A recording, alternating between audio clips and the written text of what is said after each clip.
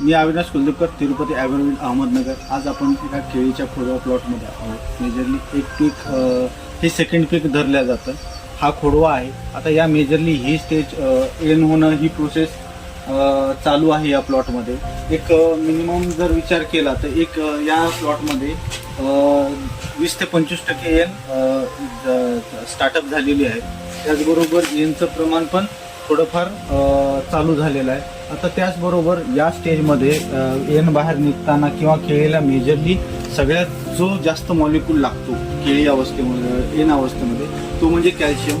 कॅल्शियमचा source हा सगळ्यात महत्त्वाचा असतो. आता कॅल्शियम का लागतो केळीला की केळीला कॅल्शियम लागण्याचं सगळ्यात महत्त्वाचं काम असतं की झाडाला, झाडाच्या बुंद्याला, झाडाच्या फांद्याला, त्यानंतर पडणारा दांडा असतो यामध्ये लवचिकता असणं सगळ्यात महत्त्वाचं.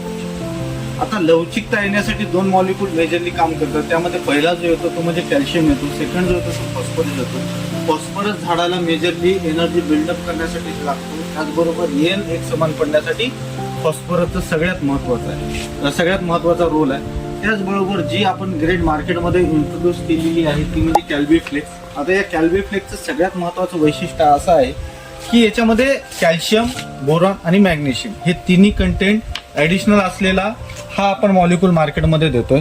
याच्यामध्ये कॅल्शियम येतो 27% ऑक्साईड फॉर्म्युलेशन मधला, त्याचबरोबर बोरॉन येतो 0.2% मधला. आता याचं एकरी प्रमाण द्यायचं तुम्हाला 5 किलो.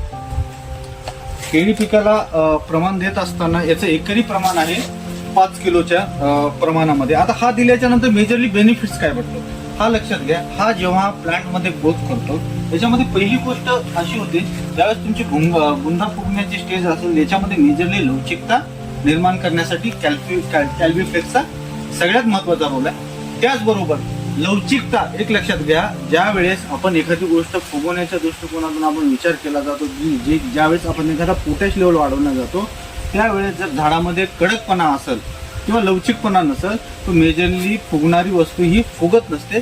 त्यासाठी कॅल्शियमचा सगळ्यात महत्त्वाचा रोल आहे. आता त्याचबरोबर आपण बघू शकतो की वरचा कमळ घड बाहेर पडलेला, त्याचबरोबर पानाची साईज आणि पानाची साईज आणि पानाची रुंदी जर बघितली तर तुम्हाला एक मेजरली एक गोष्ट दाखवतो की आपण जर पानाचा विचार जर केला तर या पानाची मिनिमम जी साईज आहे ही माझ्यापेक्षा मोठी आहे. म्हणजे 8 ते 10, 11 फुटापर्यंत या पानाची साईज मेजरली गेली आहे. आता याचा बेनिफिट मेजरली हा कॅल्शियमच्या रोलवर येतो, कारण की लवचिकता असल्यामुळे याला वाढ करण्यास मेजरली त्याचा उपयोग झालेला आहे. त्याचबरोबर बुंद्याची साईज पण बऱ्यापैकी वाढलेली आहे. फण्यामधलं अंतर जर बघितलं किंवा घडाची साईज मोठी जर बघितली तर घडाच्या साईज मध्ये पण बऱ्यापैकी फरक पडलेला आहे. आणि विचार जर केला तरी बुंदा मोठा असला तरी याला मिनिमम 13 ते 14 फण्या आपण इथं रिक्वायरमेंट केलेला आहे. कारण की बुंदा जरी मोठा असला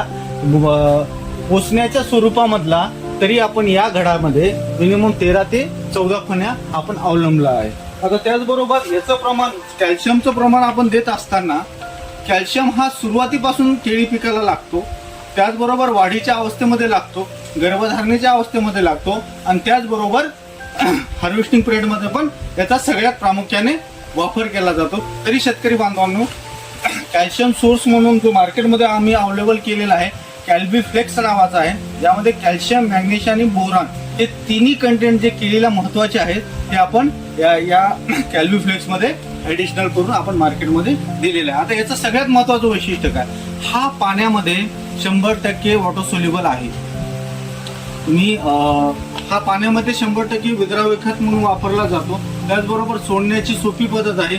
एकरी 5 किलो तुम्हाला वापरायचा आहे आणि त्यानंतर यामध्ये कुठल्याही प्रकारचा बोरॉन तुम्हाला ऍडिशनल करण्याची आवश्यकता नाहीये. तरी तुम्ही याचे डोसेस तुम्ही 8 ते 10 दिवसाला रिपीट पुन्हा करू शकता. धन्यवाद.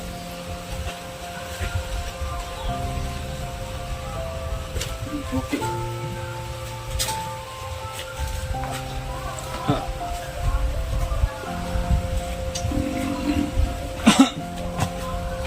बस.